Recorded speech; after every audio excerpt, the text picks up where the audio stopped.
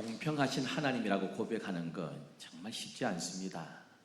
여러분 아시는 대로 이 곡의 작사는 송명희 시인이 하지 않았습니까?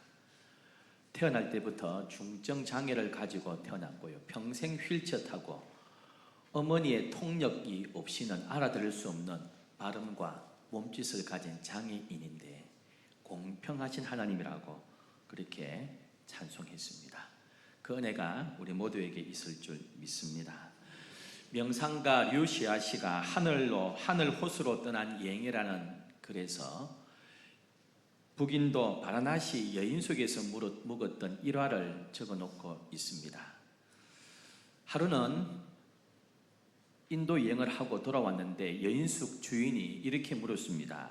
선생, 오늘은 뭘 배웠어? 관광객에게 뭘 보았어? 이렇게 물어야 되는데 뭘 배웠어? 이렇게 묻길래 류시아 씨가 당황하면서 생각나는 대로 이렇게 대답해 버렸습니다. 인도 거리가 무척 지저분하다는 것을 배웠습니다. 이랬더니 이 주인이 옆에 심부름하는 아이한테 선생님이 인도가 무척 지저분하다는 것을 배웠단다. 그래요?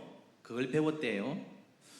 다음 날 또 관광하고 돌아왔더니 저녁에 선생 오늘은 뭘 배웠어? 건성으로 류시아 씨가 또 대답했습니다.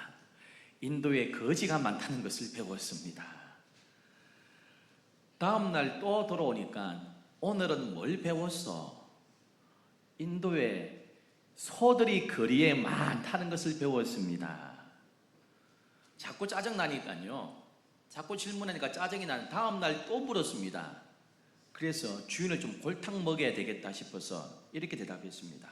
오늘은 인도에 쓸데없는 질문을 많이 하는 사람이 있다는 것을 배웠습니다. 그랬더니 이 여인숙 주인이 정색하면서 누가 어떤 쓸데없는 질문을 하던가요? 했습니다. 결코 장난으로 물은 게 아니었습니다. 그렇게 일주일을 한 여인숙에서 지나다 보니까요, 관광을 마치고 저녁에 돌아올 때 스스로에게 묻더랍니다. 내가 오늘 뭘 배웠지? 그러면서 그 다음부터는 여행을 갈 때마다 오늘 이 도시에서 내가 무엇을 배웠는가 자문하게 되었답니다. 그 볼품없게 생긴 북인도 바라나시의 여인숙 주인이 자기 삶의 스승이 되었다고 이야기합니다. 지난 주간에 스승의 날이 있었습니다. 스승의 주일, 오늘은 교사 주일로 우리가 보내고 있습니다. 저도 지난 월요일 날 우리 한국 나이로 88세가 되신 석포교회 원로 목사님을 제가 찾아뵈었습니다. 인사드렸습니다. 17년 전 제가 남산제일교회에 부임하면서 그 전에는 제가 한 4년 가까이 서울에 있었으니까요. 전화 드리고 했는데 제가 여기에 17년 전에 부임해서 그때 찾아뵙습니다. 찾아뵈면서 그냥 가지 않고 선물과 금일공 봉투를 넣어서 갔습니다. 인사를 드렸습니다. 그리고 용돈 하시라고 봉투를 드렸더니 안 받으신다 그래요. 목사님, 저도 담임 목사고요. 목사님 은퇴하셨고 제가 목사님 밑에서 5년간 사례받으면서 목회를 배웠는데 제가 이제 은퇴하신 원로 목사님께 용돈 조금 드려도 됩니다. 그랬더니 그때부터 받으셨습니다. 그때는 매달 한 번씩 찾아뵙고요. 그 다음 2달에 한 번씩, 요즘은 1년에 한 서너 번 찾아뵙는데요. 뵐 때마다 제가 금일봉하고 용돈을 드리고 있는데 지금은 기쁨으로 받아주십니다. 여러분 생각나는 스승 선생님 몇 분이나 계십니까? 철학자 소크라테스가 하루는 골목길을 가는데 맞은편에 청년이 하나 옵니다. 지팡이로 딱 맞고요 물었습니다.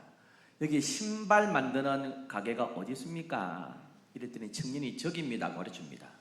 가려고 하니까 계속 지팡이로 맞으면서 딱 막으면서 맛있는 식당은 어디 있습니까? 또 가르쳐 줍니다. 망치는 어디서 만듭니까? 가르쳐 줍니다. 마지막 질문했습니다. 사람은 어디서 만듭니까? 했더니 이 청년이 우물쭈물 하더니 아무 대답을 하지 못했습니다.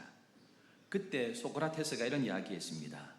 대답을 못하겠거든 청년 날 따라오게 했습니다. 이 청년이 소크라테스를 따라갔다가 나중에 애제자, 철학자 크세노폰이 됩니다. 그러면 학교가 할 일이 많습니다. 지식도 전수해야 되고요. 인간관계도 개발해 주어야 하지만 그 어떤 것보다 학교는 사람을 만들어내는 곳입니다. 교회 역시 교회 학교도 사람을 만들어내는 곳입니다. 대한민국의 교육 이념이 무엇인지 우리가 학교 다니면서 다 배웠죠. 대한민국 학교의 교육 이념은 홍익인간입니다. 널리 사람을 이롭게 하는 것입니다. 세계 인류에 이바지할 수 있는, 널리 사람을 이롭게 할 수 있는 인간을 만드는 것이 대한민국 교육의 이념입니다. 그런데 널리 사람을 이롭게 하는 그런 일꾼들을 우리의 학교가, 교회가 지금 만들고 있던가요? 사람을 만들기는커녕 1년에 학교를 자퇴하는 학생들이 많이 있습니다. 제 선배 목사님이 있습니다. 그 아들이 결혼했는데 이제는 고등학교 입학을 했는데요, 학폭 피해자가 되었습니다. 1년 동안 너무너무 고생했습니다. 아버지 목사님 몰랐어요. 나중에는 알고 자퇴를 하게 되었습니다. 대안학교를 보내게 되었습니다. 이리저리 수소문하다가 강원도에 어떤 대안학교가 받아준 데에서 보내가지고 2년을 다녔습니다. 근데 그 대안학교는 어떤 대안학교냐? 목사님 모르고 보냈대요. 일진들, 학교에서 퇴학당한 일진들이 가는 대안학교입니다.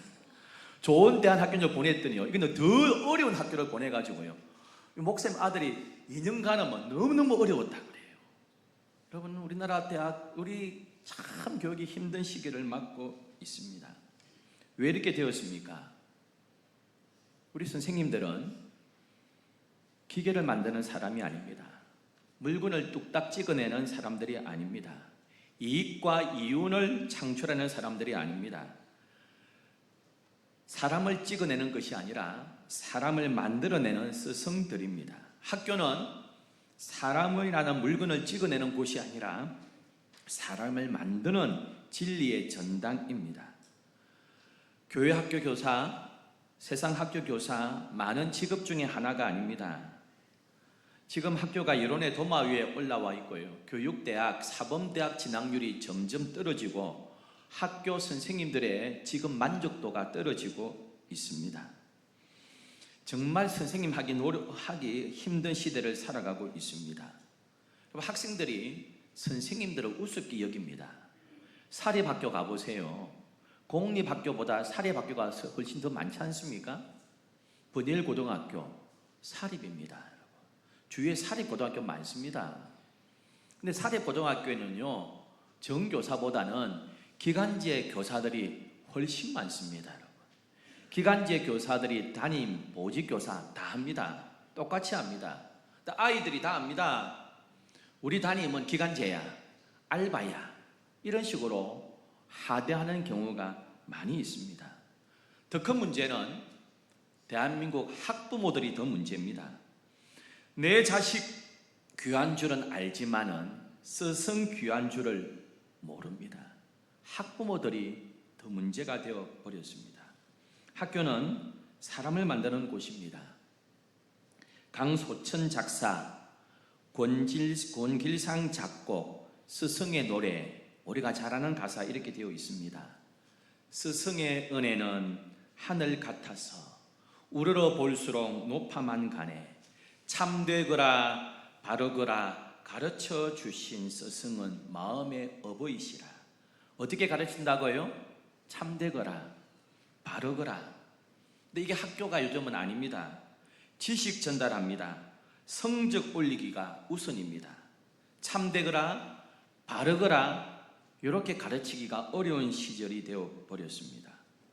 대한민국 학부모들이 학교를 지식 창고로 만들어 버렸습니다. 아이들끼리 다툼이 일어나도 교사들이 개입하기가 꺼려지는 시대가 되어 버렸습니다. 학부모들이 그렇게 만들지는 않았습니까? 선생님은 사람을 만드는 일입니다. 그것이 주 업무입니다. 요즘 유명한 진주에 계시는 우리 선생 김장아 많이 보셨죠? 불신자입니다. 예수 믿지 않지만은 오늘날의 지도자가 되었습니다. 강성호라는 어려운 학생이 있었습니다. 강성호라는 학생이요, 참 어렵지만은 똑똑해서 고학고등학교를 진학했습니다. 매달 와서 학비를 받고 생활비를 받았습니다. 강성호라는 학생이 공부를 잘해서 서울대학교를 들어갔습니다. 서울대학교 다니는 가운데 큰 은혜를 받고 진로를 바꾸고요, 신학대학원을 가고 목사가 되고 지금 천안에 있는 고신대학원 교수가 되었습니다. 그가 서울대를 나와가지고 진로를 바꾸어서 교수가 되고 목사가 되겠다고 해서 자기에게 늘 학비를 대어주고 생활비를 대어줬던 진주 선생 김장아를 찾아갔습니다. 선생님, 제가 공학자가 안 되고 진로를 바꾸고 목사가 되었습니다 했더니 이런 이야기를 하셨다 그래요. 목사님도 사회에 꼭 필요한 직업입니다.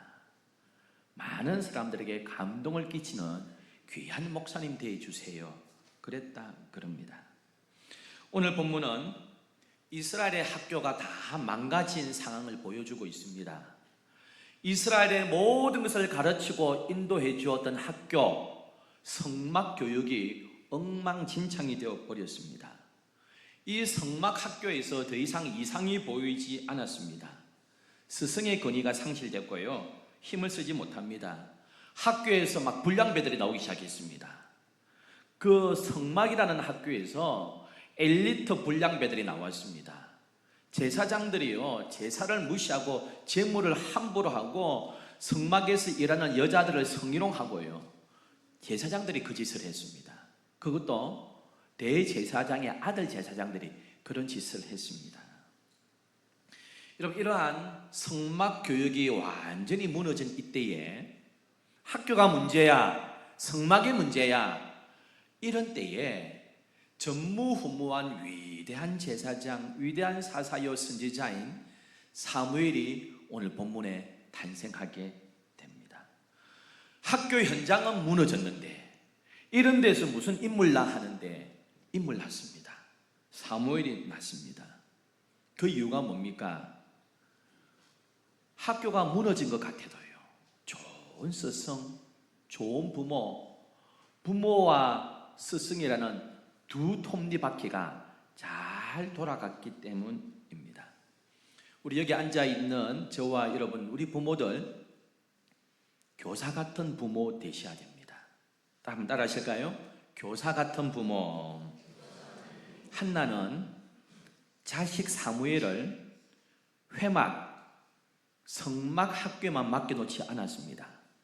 성막에 보내놨으니까, 성전에 보내놨으니까 하고 팔짱 끼지 않았습니다. 지식 정달이나 성공을 위한 욕심내지 않았습니다. 한나는 서원을 따라서 아들이 하나님의 뜻대로 살기를 원했습니다. 자기 욕심 버리고 나라와 민족을 위하고 하나님의 뜻을 이루는 일꾼 되기를 원했습니다. 하나님 중심으로 살았습니다. 자식이 없을 때 하나님 아들 주시면 첫 아들을 주님 앞에 바치겠습니다 하고 기도했더니 첫 아들 사무엘을 얻었습니다. 여러분, 그 아들 없어가지고 얼마나 번인 나라는 둘째 부인한테 소름 당했습니까? 이 아들이 어떤 아들인데요, 젖을 떼자마자 성막에 바칩니다.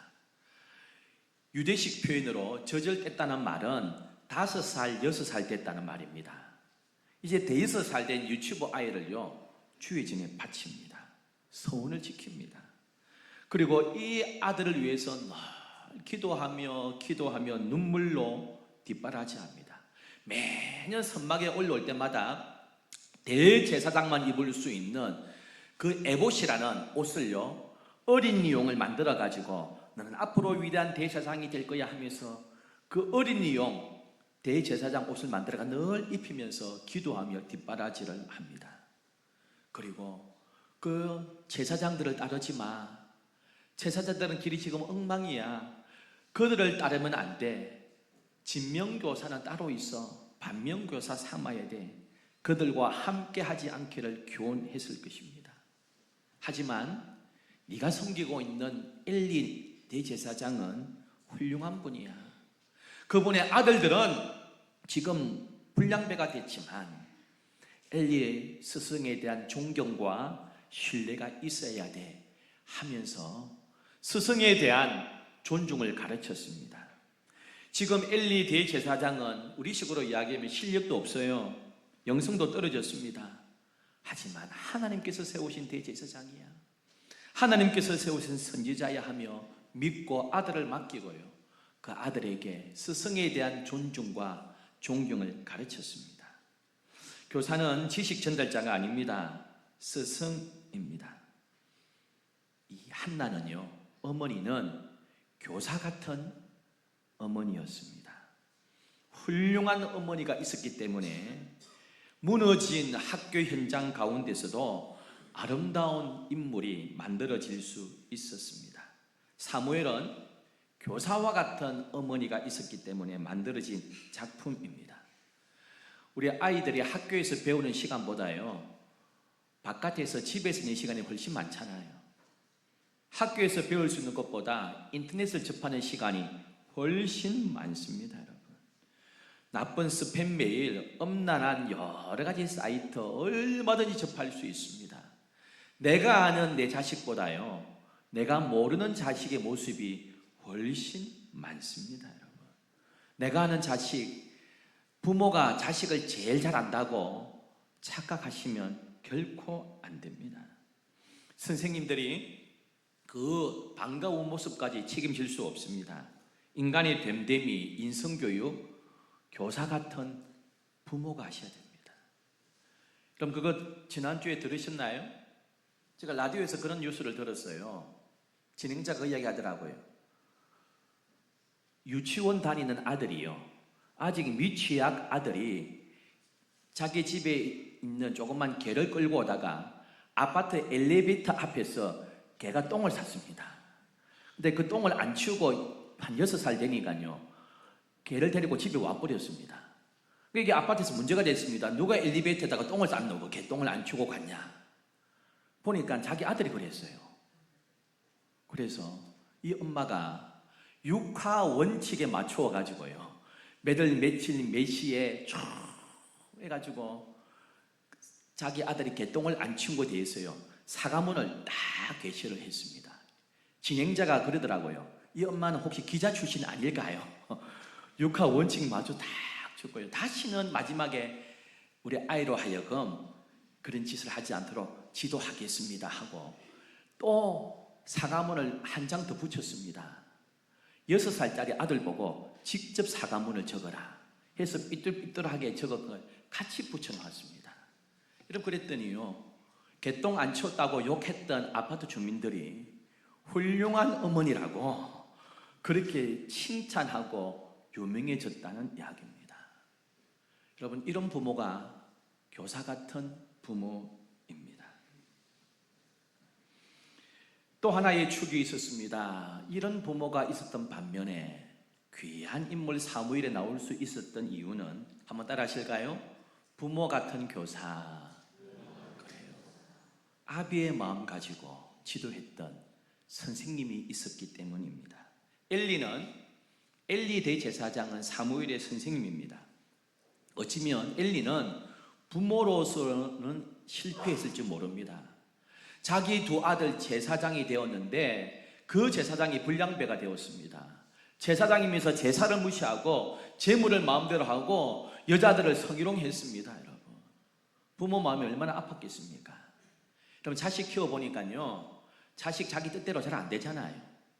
한 초등학교 정도는 내 마음대로 돼도요, 이 질풍노도의 사춘기 시절은 내 마음대로 안 됩니다. 여러분, 부모가 제대로 가르친다 해도요, 참 마음대로 안 될 경우가 많습니다. 참, 그래서 엘리는 자식 교육에는 실패했던 것 같습니다. 하지만 남의 자식 제자로 받은 그 사무엘은 자식처럼 여기고 아비의 마음 가지고 지도했습니다. 두 아들에게 실망한 엘리는 한나가 낳은 남의 아들에게 국가의 운명을 걸고요, 남들이 보기에는 정년퇴직을 앞두고 있고 힘도 없고 요즘으로 이야기하면 수학 공식도 다 까먹고 영어 발음도 시원찮은 이제 퇴직을 앞두고 있는 교사와 같은 모습이지만 그에게는 그 아들 같은 사무엘을 아비의 마음 가지고 지도하기 시작했습니다. 사무엘을 대할 때에 부모가 얼마나 학비를 많이 보내주느냐 대하지 않았습니다. 아비의 마음으로 자식을 키우는 부모의 심정으로 그 사무엘을 지도했습니다. 이런 이야기가 있습니다. 부모님에게서 생명을 얻지만 선생님에게서는 그 생명을 보람되게 만드는 법을 배운다 합니다. 사무엘 같은 인물 나올 수 있었던 것은 부모와 같은 선성을 만났기 때문입니다. 2011년 14년 전에 부산 극동방송이 시작했습니다. 2011년도 14년 전에 부산 극동방송이 첫 발을 디디면서 직원 한 명이 저를 찾아왔습니다. 제 제자입니다. 제가 29살 때 30살 때 한참 전에 지도했던 청년이었습니다. 제가 서울에 있을 때에 고등부를 마치고 막 청년부로 올라왔습니다. 1년간은 교회 잘 왔습니다. 믿지 않는 가정에서 잘 출석했습니다. 대학교 2학년을 딱 올라가는데 교회 안 오더라고요. 그래서 한 달을 안 나와서 제가 학교로 신방을 했습니다. 그리고 다시 나왔습니다. 그리고 극동방송 직원이 되어서 부산에 발령받고 부산 방송국이 시작할 때 저한테 인사하러 왔습니다. 저한테 그러더군요. 목사님, 제가 2학년 때 교회를 빠지고 신앙생활을 등한시할 때 목사님이 캠퍼스로 학교로 저를 만나러 3번 신방아 주셨습니다. 그래서 그 이야기를 듣는데 어느 학교 다녔지? 어느 학교 다녔지 기억이 안 나더라고요. 니 어느 학교 다녔노? 상처받을까 싶어가지고 그랬나? 니 어느 학교 다녔지? 속으로. 근데 말하다 보니까 자기 건국대학 나왔다 그러더라고요. 그리고 이제 내리 4년 하고 학사장교로 갔다가 이랜드에 근무하다가 극동방송 PD가 되고 싶어서 준비해가지고 입사했다 그러더라고요. 아버지가 암으로 죽었고요. 형도 동일한 암으로 죽었습니다. 가족력이 있는 것 같아요. 수년 전에 똑같은 암에 제자가 걸렸습니다. 그리고 신촌 세브란스 병원에서 다행히 초기에 발견해서 암 제거 수술한다 그래요. 기도해달라고 연락이 왔길래 기도도 했지만 그 전날 제가 아침에 일찍 비행기 타고 당일로 신방한 적이 있었습니다. 지금도 잊지 않고 때가 되면 늘 전화하고 안부를 묻습니다. 여러분, 엘리는 그 사무엘을 대할 때에 아비의 마음 가지고 가르쳤습니다. 학생을 볼 때 돈으로 보지 않았습니다. 지식 전수자로 끝나지 않았습니다. 정말 그 인물 키우기 위해서 자식 교육은 실패한지 몰라도 남의 자식을 부모의 마음, 아비의 마음 가지고 지도하기 시작했습니다. 우리가 아는 대로 한나라 속담에 한 아이를 교육하기 위해서는 한 마을이 동원되어야 된다 하지 않습니까? 모두가 힘을 합쳐주지 않으면 교육하기가 어려운 시대입니다. 학교 교사도 참 귀하시고요. 특별히 스승의 주일, 교사주일 맞이해서 우리 유치부 교사부터 청년부 부장 장로님까지 다음 세대를 지도하는 우리 선생님들 너무너무 고맙습니다. 요즘 우리 다음 세대 복음화율이 너무 떨어지지 않았습니까? 3% 미전도 종족입니다. 그래도 그 아이들을 위해서 소망 걸고 가르치고 기도하고 어떻게든 사랑을 전할까 말씀 전할까 수고하는 우리 선생님들 덕분에 우리 교회가, 한국 교회가 아름다워질 줄 믿습니다. 로마에서 볼 때는요 반란이고 이스라엘 볼 때는 독립운동인데요, 하도 예루살렘이 반란을 일으키니까 로마에서 8만 명의 군대를 보내가지고 예루살렘을 완전히 초토화시키기로 했습니다. 예루살렘을 완전히 빙둘러 포위했습니다. 쥐새끼 한 마리 못 나오게 막아버렸습니다. 여러분, 그 안에서 아사자들이 나오고요, 굶어 죽는 사람들이 수없이 나오고 너무나 비참한 삶이 되었습니다.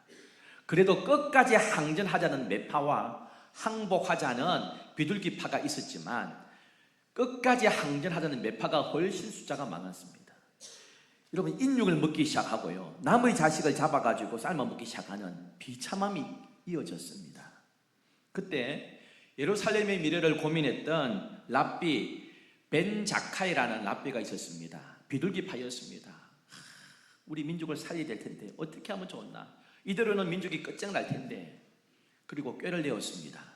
흑사병으로 죽었다고 소문내고 그의 제자들이요, 수레를 만들어 관을 만들고요, 성 밖에 장례를 치르러 나가기로 했습니다. 성문을 열고 놓으니까요, 로마 군병들이 지키고 있습니다. 무슨 일이냐? 우리 스승이 죽었으니까 장례를 하게 달라 했습니다. 그리고는 로마 군병들이 칼을 들고 창을 들어서 관을 찔러서 확인하려고 했을 때 안 된다고 막았습니다. 흑사병으로 죽었습니다. 그 창에 칼에 전염될 수 있습니다. 사정해서 빠져나오게 되었습니다. 그리고는 빠져나온 벤 자카이가 로마 부대의 총사령관 베스파시우스를 찾아갔습니다. 그리고 면담을 허락받고 이렇게 이야기했습니다. 사령관이요, 조만간에 사령관께서 로마의 황제가 되실 것입니다. 무슨 소리냐? 우리 황제가 계신데. 아닙니다. 조만간에 황제가 되실 터인데 황제가 되시면 저의 작은 소원 하나만 이루어 주십시오. 소원이 뭐냐? 다 파괴하더라도 예시바에 있는 그 예시바 조그만 학교는 하나만 살려주십시오. 알았다 했습니다. 자기가 황제 될 거라고 생각도 안 했습니다. 근데 며칠 뒤에 로마 원래호에서 베스파니우스 총사령관을 소환했습니다. 돌아가면서 자기의 아들 티투스에게 총사령관직을 물려주고 갔습니다. 갔더니 그를 황제로 추대했습니다. 티투스가 완전히 예루살렘을 쑥대밭 만들 때에 아버지가 남겨둔 명령 하나만 지켰습니다. 예시바 학교만 파괴하지 말아라 했습니다.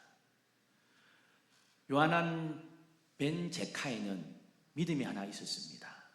하나님 말씀을 가르치는 학교 하나만 있다면, 그 학교에서 말씀을 제대로만 1명, 2명, 3명 가르칠 수만 있다면, 말씀을 받은 제자들이 또 다른 제자를 양성할 수만 있다면, 다 없어져도 다 무너져도 우리 예루살렘, 우리 이스라엘은 다시 살아난다, 소망이 있다고 믿었습니다. 여러분, 그 예시바 학교에서 무너졌던 예루살렘은 재건되기 시작했고요, 이스라엘은 일꾼들을 양성하기 시작했습니다. 오늘날 그 예시바 학교 마지막 보루가 학교고요, 우리 교회인 줄 믿습니다. 수고하신 우리 모든 선생님들 감사드립니다. 앉아 계신 우리 모든 부모들, 교사 같은 부모가 되셔야 우리나라는, 교육은 소망이 있는 줄 믿습니다. 기도하겠습니다. 하나님 아버지,